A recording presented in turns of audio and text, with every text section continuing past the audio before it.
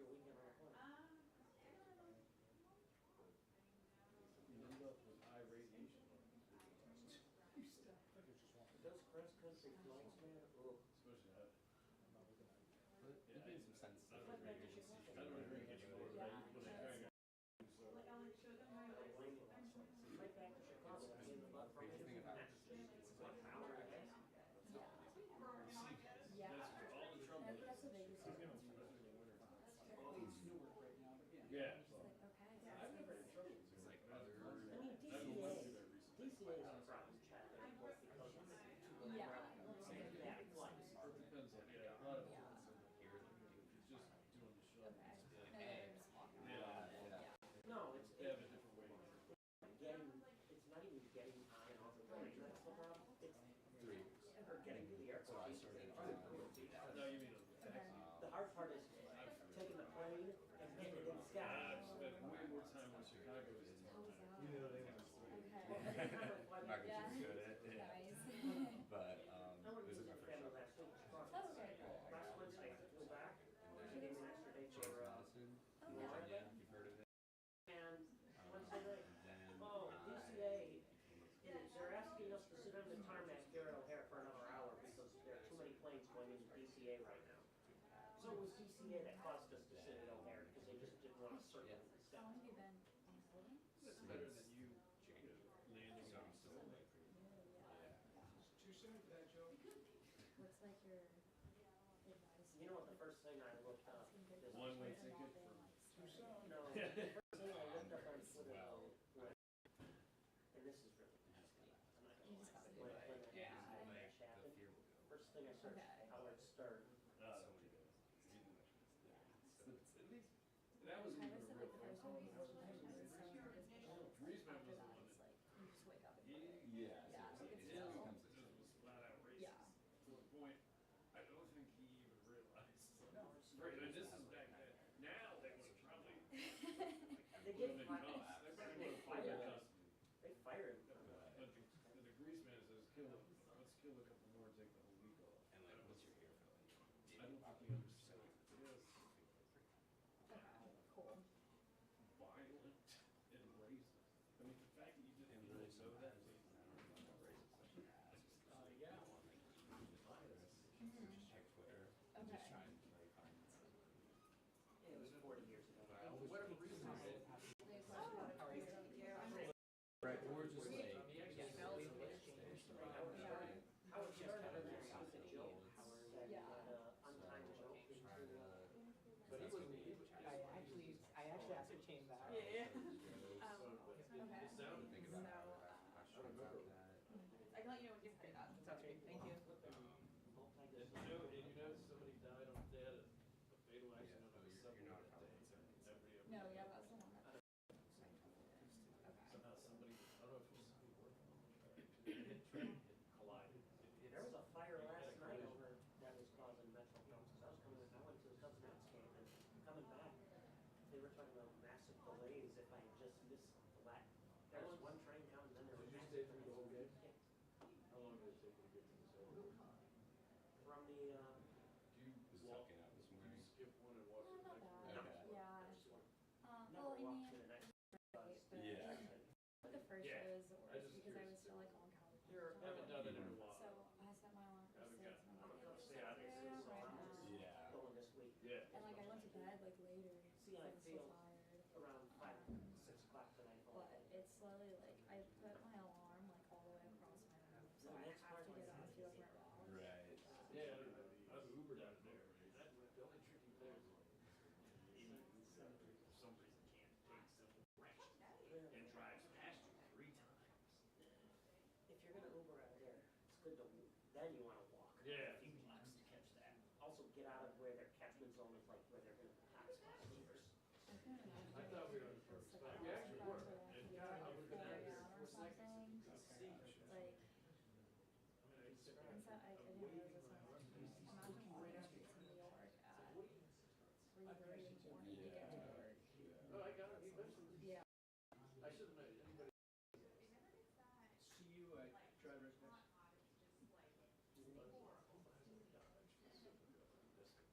Because we're trying to get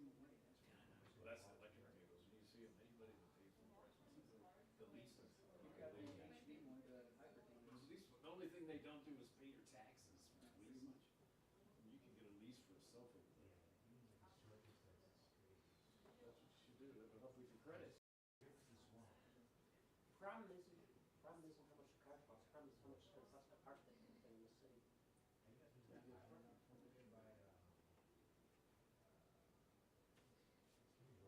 Can you charge a car where you live? Where I live, they wanna charge me $200 a month to park. Oh, that's your trick.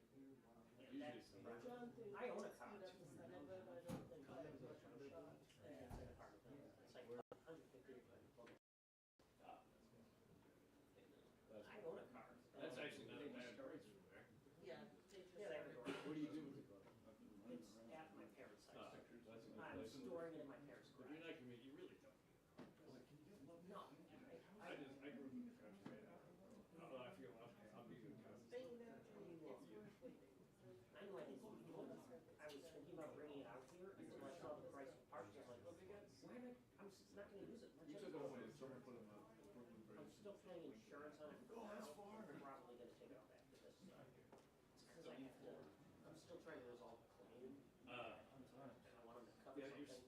smart. It's a new use. People pull it off, that was saving, force of rebuilding, it's just saving time. Yeah, a lot of money. I mean, look, eventually I'll have to have a car if I ever wanna live, you know, in summer or anything. Even then, you need one, but yeah. I never paid a car until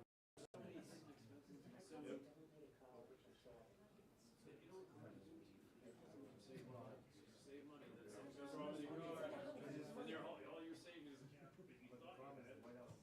my parents' house is just over 20 years old, and it's turned into a massive mansion. And eventually they're gonna want to sell it. So I didn't afford it. I think they're just gonna like they're But they're also just it's easy to talk about it. trying to get out from under the Like Memorial Day. the dogs. Like last week, they Yeah, people don't like change, especially older. yeah, but Yeah. I mean, they're just, No, once they cross. my concern is Yeah. I haven't seen one.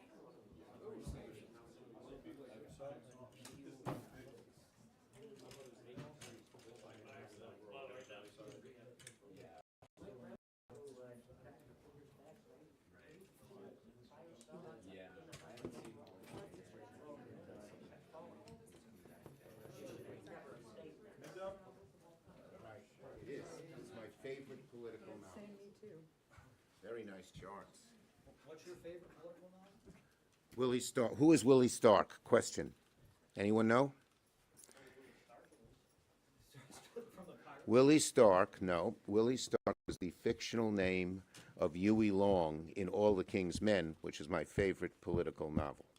Robert Penn Warren, Indeed. one of the best pieces of writing. Ever. It begins about the highway.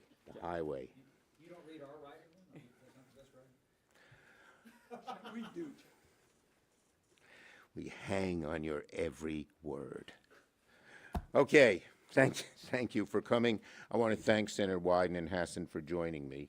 Well, we've been hearing about how devastating the cuts to Medicaid and health care have been. Well, it's getting even worse. The more you look at the bill, at the House bill, the worse it gets. CBO is about to announce that it could go from 13.7 million people who would lose their coverage up to as many as 16 million.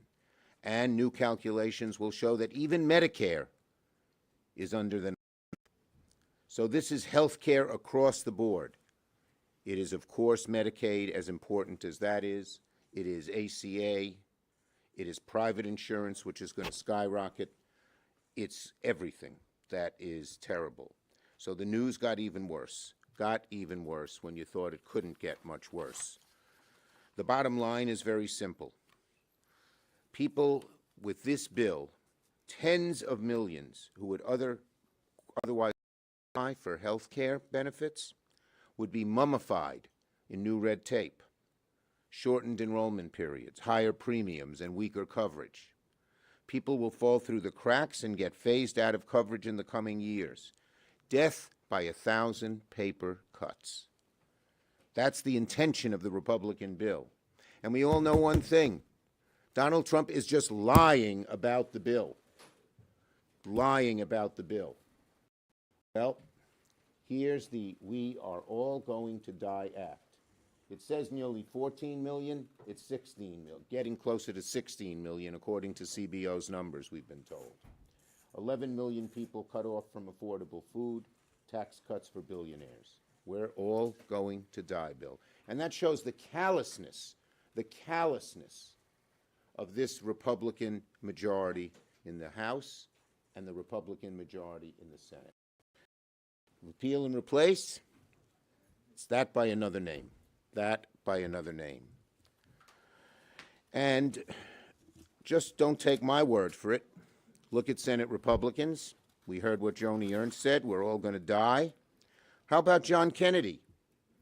Not the former John Kennedy president, but our present Senator John Kennedy. He said, I'm not worried about people losing their health care. We remember the great Commerce Secretary Lutnick. Well, if my mom missed a payment on Social Security, it wouldn't matter. Of course, they have a billionaire son-in-law. But when Joni Ernst said people will die, she summed up the callousness of the whole Republican majority in terms of people's health. And health is our greatest gift. Despite the lies that Republicans have been telling Americans and maybe themselves, there's a cold, harsh reality that this bill is just tax breaks for the ultra-wealthy, paid for by gutting health care for up to 16 million Americans. And by the way, small business owners are going to see their premiums skyrocket. You know how many people, I believe at the end of the day, because so many hospitals will close or lay off people, that I believe it could be, you know, certainly hundreds of thousands and maybe even over 1 million people losing their jobs. This is across-the-board disaster for the American people. Now, Donald Trump is trying to lie about it. But let me tell our Republican Senate colleagues, what will be enacted is not Donald Trump's soothing words, but the actual reality of harsh cuts where people lose health care, where people's premiums go up, where hospitals close, nursing homes close, and people are laid off. So anyone who thinks they're voting for the nice words of Donald Trump will harsh reality when this is implemented. And they've moved up the implementation date as well to 2026. You know what that means? More hospitals close, more people are laid off. Healthcare providers don't get any time to try and adjust to the harsh reality that Republican House members and Republican senators want to impose on them. Over 850,000 people, it's estimated, will lose their jobs, and I think that estimate is low. I think it will go well over 1 million jobs lost. Over 10 million people who signed up for their insurance during the last month are healthy young people. Their costs are going to go up much higher. It affects the babies, it affects the kids, it affects the young people starting out with families, it affects the elderly. Across the board, it is just terrible. Now, Trump and the Republicans claim they want to fight fraud. Bull. They just pardoned a horrible nursing home owner. I think he got 10 years. I don't remember, but he got a big, long sentence, who committed fraud by taking money from the doctors and the nurses and the aides in his nursing home. They say they want to cut fraud. Then why'd they get rid of the IGs who are in charge of fraud? That's bull. They can't say it because they know how unpopular it is, but they just want to strangle health care and all it does for people. Okay? Let me just say this. For many Americans, health care coverage is the difference between life and death. But, according to Ernst, fear not, we're going to die anyway. Tell that. The American people have heard it. Let me be clear, Democrats are ready. We are ready to fight. We are doubling down. We're ready to show Americans what's really at stake here, because this fight won't be won in just the Capitol. As Abe Lincoln said, public sentiment is everything. And when public sentiment hears about this We're All Going to Die Act, they're going to hate it. And they're going to tell their senators they hate it. And if the senators think they can get away with a yes vote and explain it, they're sadly mistaken. The cuts are too deep, the cuts are too real, the cuts are too devastating for people. Okay? And finally, why are they doing all this? Why are they being so mean? Why are they being so cruel? And why are they being so politically tin-eared at best, suicidal at worst, all to give tax breaks to billionaires? They are in total obeisance, Donald Trump is, and his colleagues are, to very, very small, very wealthy, greedy people who say, I don't care what you do to everyone else, cut my taxes. And, by the way, get rid of any regulations. Senator Wyden. Thank you very much, Mr. Leader. And let me pick up on where the leader stopped. The legislation has rapidly become an anti-senior bill. And let me walk you through why that's the case. 1 million low-income seniors are going to see their Medicare premiums go up by nearly $200 a month.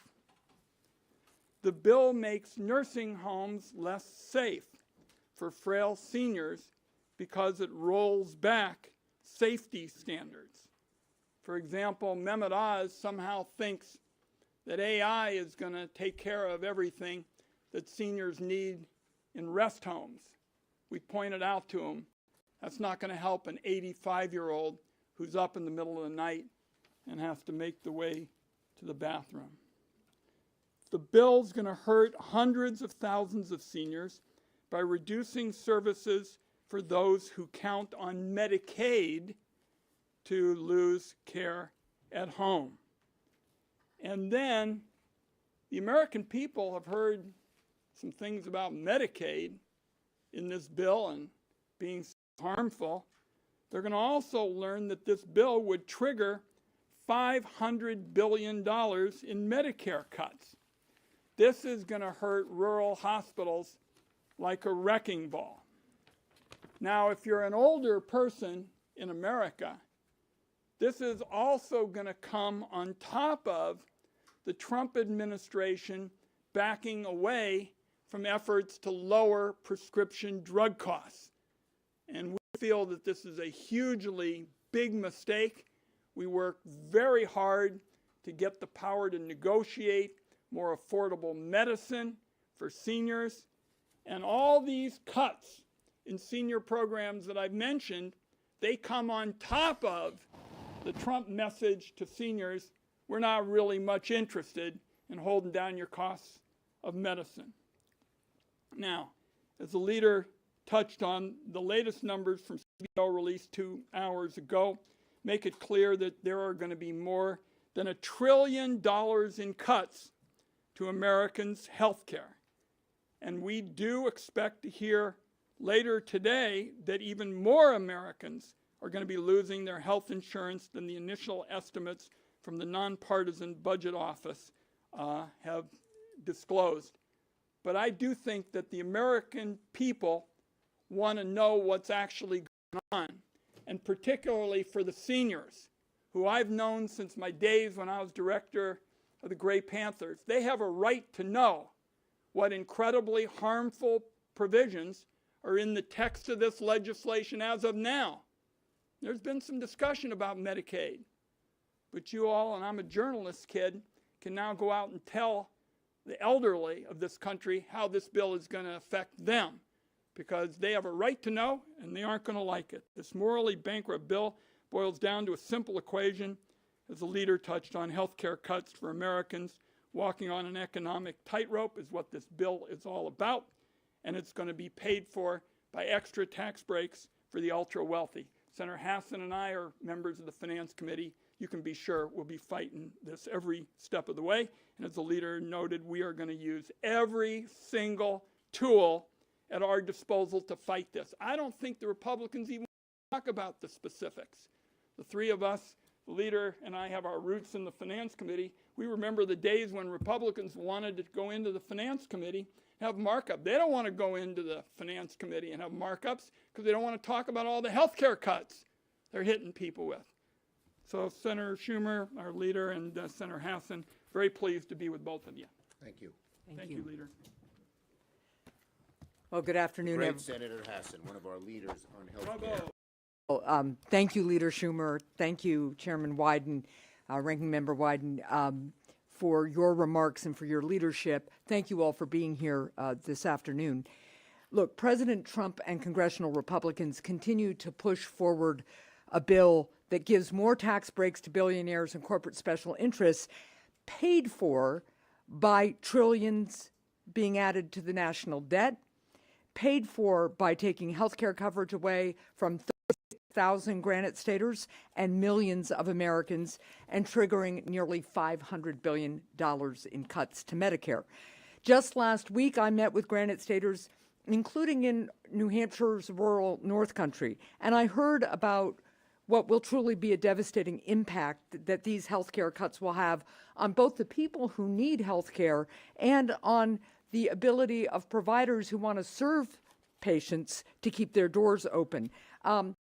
Kadisha, a young mother in Nashua, New Hampshire, in the southern part of the state, talked to me about the services that her son with autism gets because he has Medicaid coverage. Occupational therapy, physical therapy, behavioral therapy. He's making great progress. All of that is now at risk because of this bill. Now, Medicaid can be the difference between life or death for people and families, the difference between getting care for diabetes, for addiction, or cancer, or having these diseases go untreated. And seniors across our state have paid into Medicare their entire working lives based on the promise that the Medicare system will provide health care for them when they retire. This bill, one of the largest health care cuts in the history of the United States. Let me repeat that. This is one of the largest health care cuts in the history of the United States. Result in more untreated diseases, packed emergency rooms, and even higher prescription drug prices. Just last week, someone I know was at one of our local hospitals' emergency room. The wait for treatment for a routine infection in that emergency room was 7 hours. That's a real problem, and it will only get much worse if this bill passes. And as people lose coverage and don't get care, rural providers who count on these patients will have to severely cut back their services or close their doors altogether. Now, let me tell you what's happening for pregnant women in my state. For a pregnant woman in labor, as you all know, every minute feels like an hour. In New Hampshire, the median driving time to a labor and delivery unit has already doubled over the last decade to 40 minutes. If more hospitals have to close their labor and delivery because of these Medicaid cuts, that time will grow even longer. And let's also be clear, especially in the northern part of my state, if it's winter time, that 40-minute drive may be a life-threatening drive in and of itself, and it will take much longer. We've seen an uptick in New Hampshire in births that occur in unplanned locations. Just in January, a couple who ended up she had a home birth because she couldn't get to the hospital in time. Older and disabled Granite Staters, I heard in the North Country last week about a woman in her 80s who lives alone with her adult disabled son, who needs a community health worker to navigate the paperwork to apply for Medicaid and get the redetermination every year for her adult disabled son. She can't get through the paperwork without the help of a community health worker, and community health worker positions are being cut in the administration. So these new rules will have real impacts on people like my constituent who I just described and her disabled son. The bottom line here is clear. If congressional Republicans and Donald Trump get their way and pass their bill to give billionaires and corporate special interests more tax breaks at the expense of the middle class, more people will get sick, health providers will be impacted, economy will be weakened, and families will be hurt. And last thing, I want to remind people that my colleagues and I, on both sides of the aisle, have, in fact, put forward a number of bipartisan proposals to lower health care costs. There's real work to be done in this area. But if my Republican colleagues are willing to abandon their dangerous partisan bill, we could actually do this work together and really lower costs, healthcare costs for our constituents. But right now, it appears that they are determined to pass this devastating bill. We're going to continue to speak out about the harms that it will cause, about the trillions it will add to our deficit, about the healthcare providers who will need to close their doors, about the real dangers this provides to the health, the security, and the economy of our states and our country. Thank you. Well done, Maggie Hassan. Maggie, great. Just again, so you heard, everything's getting worse. The more you look at the bill, the worse it gets. It's now $1 trillion in cuts. It's over 800,000 job loss, many of them in nursing homes and rural hospitals. Just remember, they depend on Medicaid disproportionately. I've been in nursing homes in downstate, upstate, rural. They're all worried they're going to close. 70, 80% of their revenue is Medicaid. Same with rural hospitals.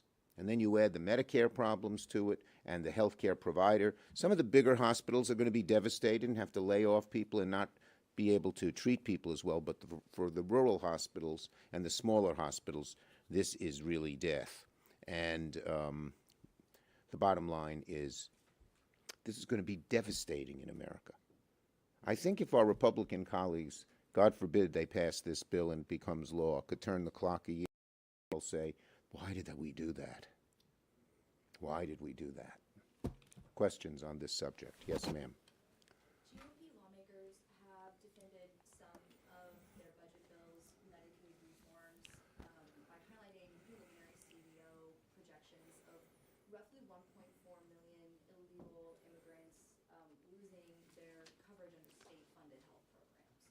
Is reducing federal Medicaid payments to states that provide coverage to undocumented immigrants a reform that Look, you would support? the bottom line is this overall bill is so awful. If they want to aim, if they got some specific issues, aim it. Don't just do a meat axe or a chainsaw across the board and cut everything, everything, everything. I don't know if their numbers are accurate. These are GOP numbers, but it doesn't matter. The bottom line is this goes way beyond even what they're talking about and hurts everybody. Next question. Next question.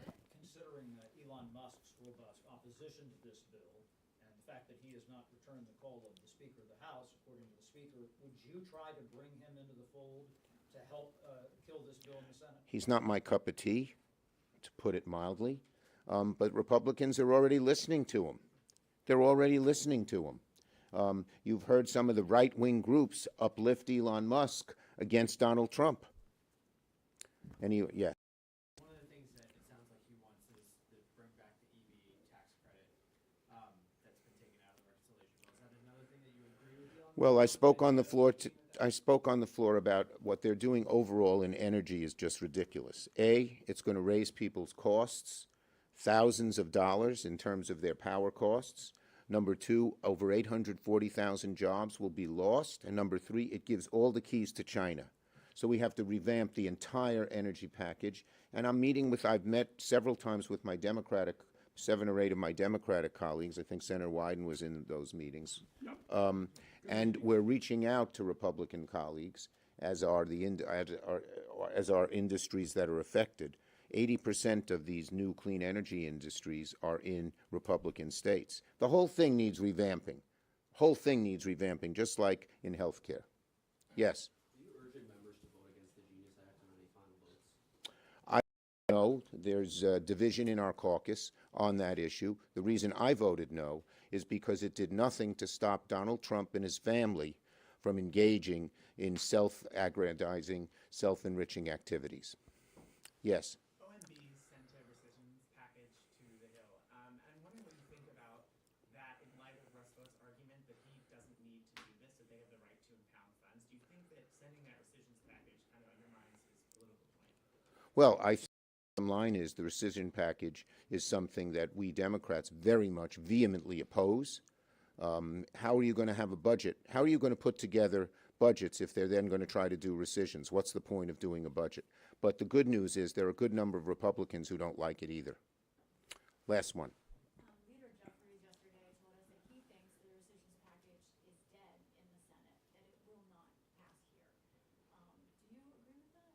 look, we're going to fight the rescission. They haven't even sent it over to us yet, so we can't comment on what's going to, let's see what happens in the House. But I think there's broad Democratic opposition to the rescissions package. Okay? Thank you, everybody. Thank you, guys.